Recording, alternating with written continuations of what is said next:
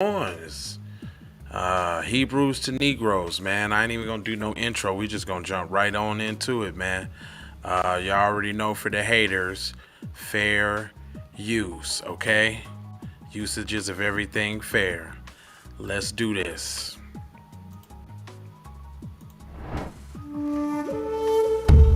Is there proof that the people in India are the descendants of Abraham's Semitic ancestors that live in the land of Ur, Iraq? Well, thanks to scholars like Dr. K. Loganatha Munarayan from Malaysia, the late Professor A. Adasivam from Sri Lanka, and the Kish Temple in ancient Samaria, Iraq, we can now prove that the ancestors of the modern-day Indian originally lived in Mesopotamia during biblical times. In a few, I will let the language of the ancient Sumerians in Iraq and the Dravidian people in South India reveal some striking truths in regards to the sons of Shem. Also, you will see how the mother tongue of the Mandingo Soninke tribe people in Senegal, Gambia, Mali, and Guinea shows evidence of influence from ancient Babylon, Assyria, the same place the Hebrew Israelites were exiled to in the Bible. It is also a known fact that the ancient writing script of the Mandingo Soninke Baptist people in the 11th century AD resembled the same Aramaic Hebrew script used in Iberia when the Black Moors and the Black Israelites ruled the land. But before we get started, let's get a first-hand account of where some of the Black Israelites lived in Africa and their place of origin by the Black Muslims in northern Nigeria. One of the largest culturally homogeneous group of Black Muslims is in Central West Africa with the Hausa people. There are many different histories of the origins of the Hausa Black Muslims, but the common consensus is that the Hausas originally started off through the North African Hamitic Berber lineage from Egypt, which is Mizraim in the Bible, and Libya, which is Put in the Bible. Over time, during the Assyrian invasion of Egypt in the 7th century BC and the invasion of Africa by the Black Ishmaelite Arabs in the 7th century AD, the Hausa people experienced a Semitic gene flow from Mesopotamia, which is also known as Iraq and Arabia. Today, the Hausas speak an Afro-Asiatic language which is related to Hebrew, Amharic, the North African Hamitic dialects, and Somalian Egyptian dialects. The Hausa people mostly live in North Nigeria, Chad, and Niger. The majority religion now is Islam for the Hausa people, but prior to the 1500s, many Hausas were pagan worshippers who often dealt in sun god worship, which they call Ra or Rana, similar to the Egyptian sun god Ra. Because of their history of mixing with other nations, including their Bantus, Negro slaves, genetically the Hausas have a mixture of Israelite, Canaanite, Cushite, Egyptian, and Semitic ancestry. According to their autosomal DNA, their genetic stock is mostly from ancient Egypt and ancient Kush or Nubia. Now here's where it gets very interesting. In 1849, the Biafran and Igbo Israelites were conquered by the British. 3 years later, in 1852, the British conquered the Benin, Edo, Beni Israelites in South Nigeria. Between 1899 and 1903, the British, led by Sir Frederick Lugard in the Battle of Kano, were successful in defeating the Sokoto Caliphate and the Hausa people. After this, Sir Frederick Lugard held the title of the first Governor General of Nigeria, the last Governor of Southern Nigeria, the last Governor of Northern Nigeria, and the Governor also of Hong Kong in China. The British eventually placed the Hausa people in political power over Nigeria, and the Biafran Igbo Israelites who strongly resisted British rule. This would become the catalyst for the Biafran War in the 1960s by the Hausa-dominated Nigerian government and Igbo Israelite Biafrans.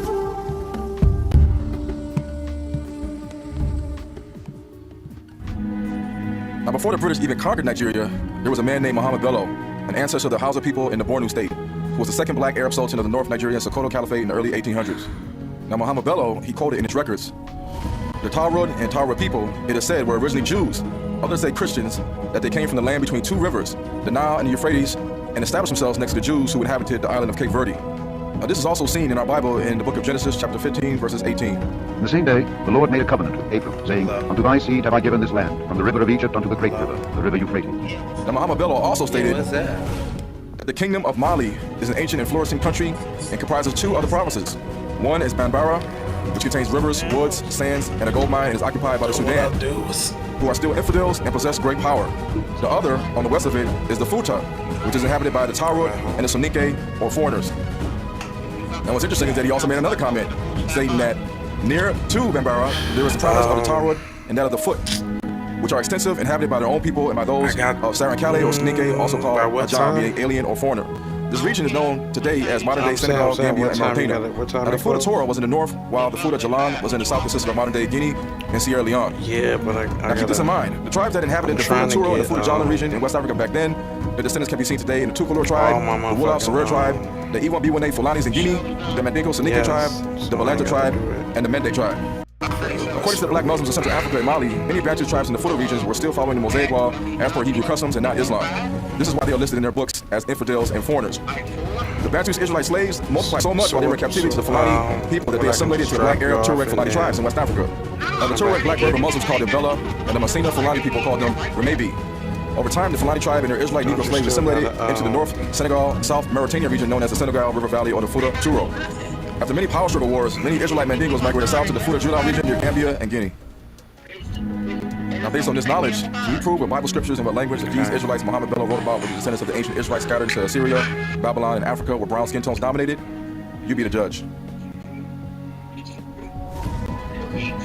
the king of Assyria to carry away Israel into Assyria, and put them in Halah and Habor by the river of Gozan, and in the cities of the Medes. Thus saith the Lord of hosts, the God of Israel, unto all that are carried away captives, whom I have caused to be carried away from Jerusalem to Bethlehem. Okay. Now, Iraq is a country or land between the two rivers, the Nile and Euphrates River. In biblical times, it was known as Babylon. The country of Iran in biblical times was known as Medes Persia. So if some of the Israelites were exiled into Babylon and Medes Persia, is there a chance that they mixed languages with the people of these lands? Is there a chance that some of these Israelites kept moving east into Central Asia or India, fathering children with foreign women? Is there a chance that some of these Israelites also went into Africa instead of going east? As you will now see, the languages of the Dravidian Indian in South India, the ancient Sumerians, and the Mandingo Soninke people in West Africa seem to have some connection to the land between two rivers in Mesopotamia. Coincidence? I think not.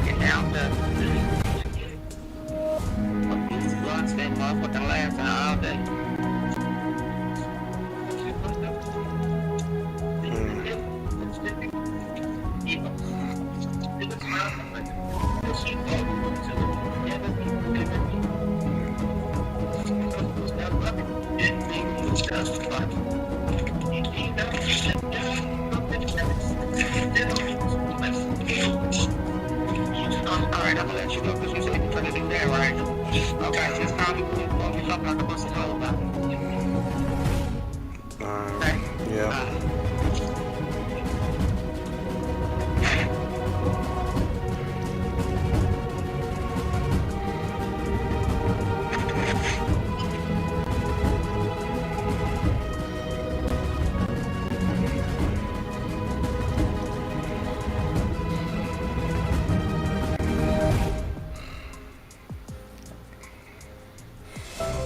So who are today's descendants of the sons of Shem that lived in ancient Mesopotamia?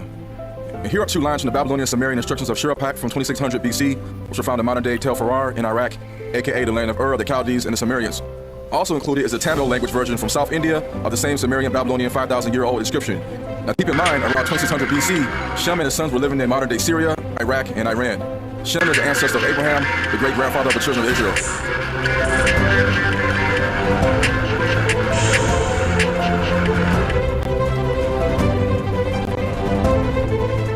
And here you will see the Indian Tamil script and its English letter equivalents for pronunciation.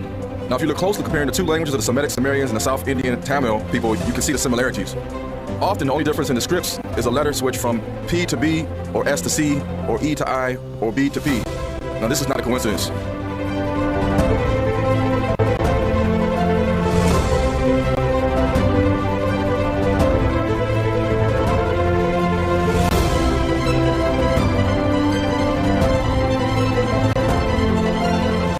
Need more proof? Let's see another example of the Tamil East Indian language in comparison to the Babylonian Shemitic Sumerian language. And here's another sample from the Sumerian Babylonian Kesh temple hymns from around 2200 BC. The hymns are attributed to Enhed Duana, the daughter of Samario, Akkadian king Sargon the Great.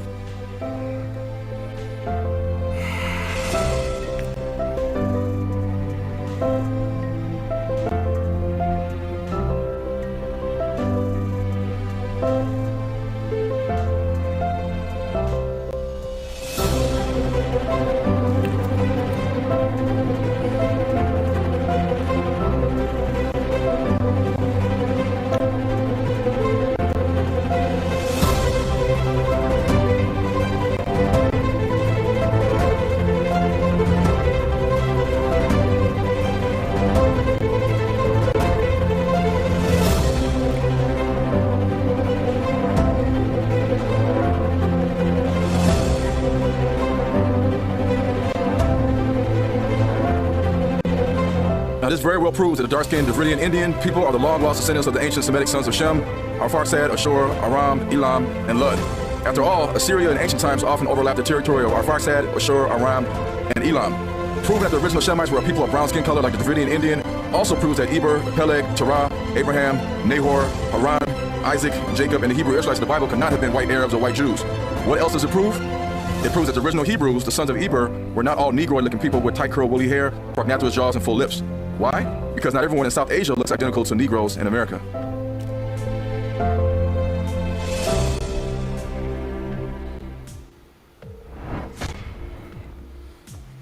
Oh yeah, hold up. See, even the daughter of my.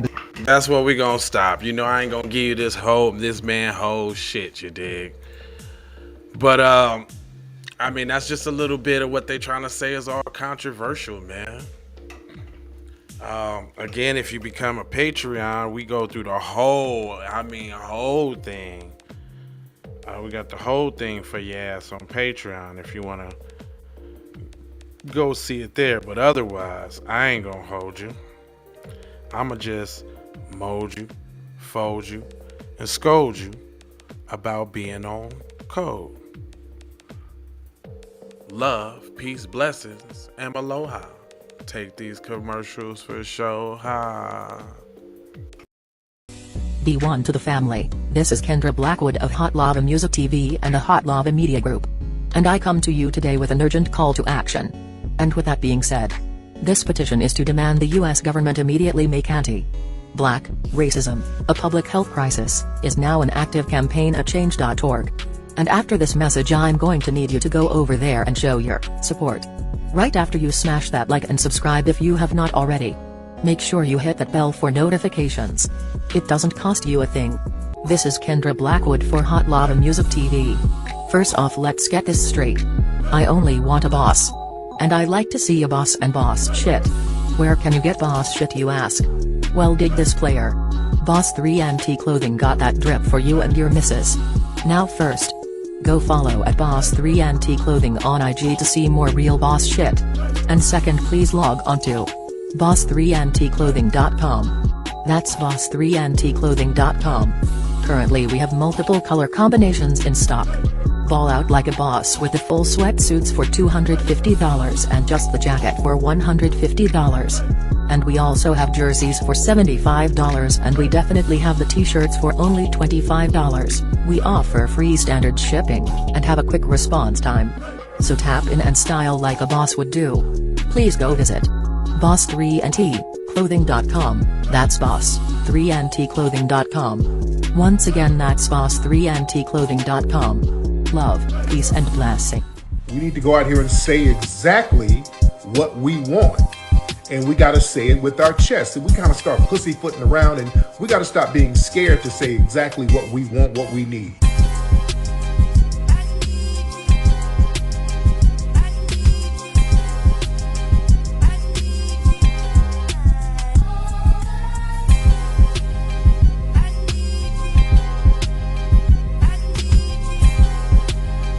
We need that paper.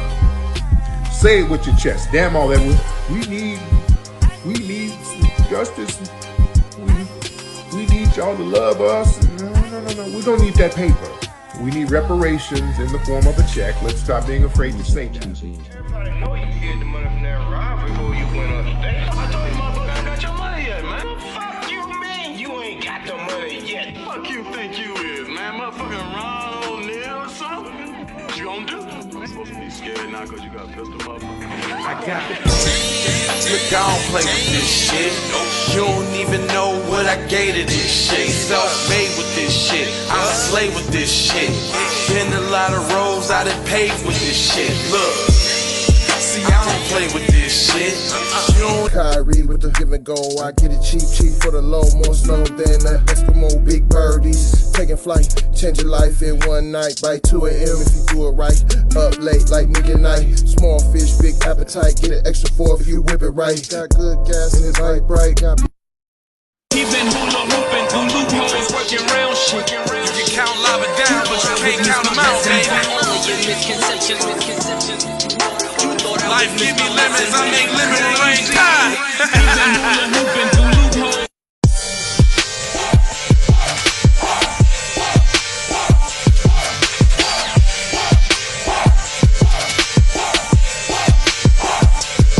I gotta go, gotta hustle to get it. If you ain't talking business, little shawty, you Hey, Ray Ray.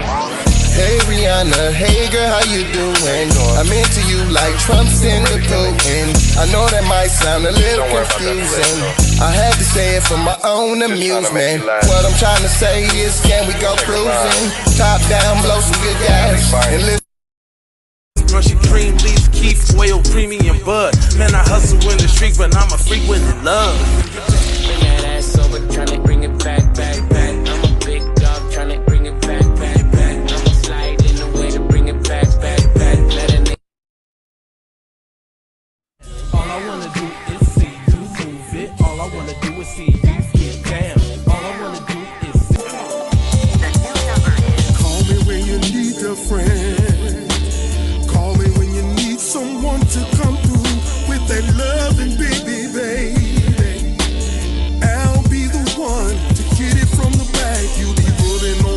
party, baby. There ain't no need to answer the phone, 'cause I got you where I need you, baby. Face down in the bed, and we can get it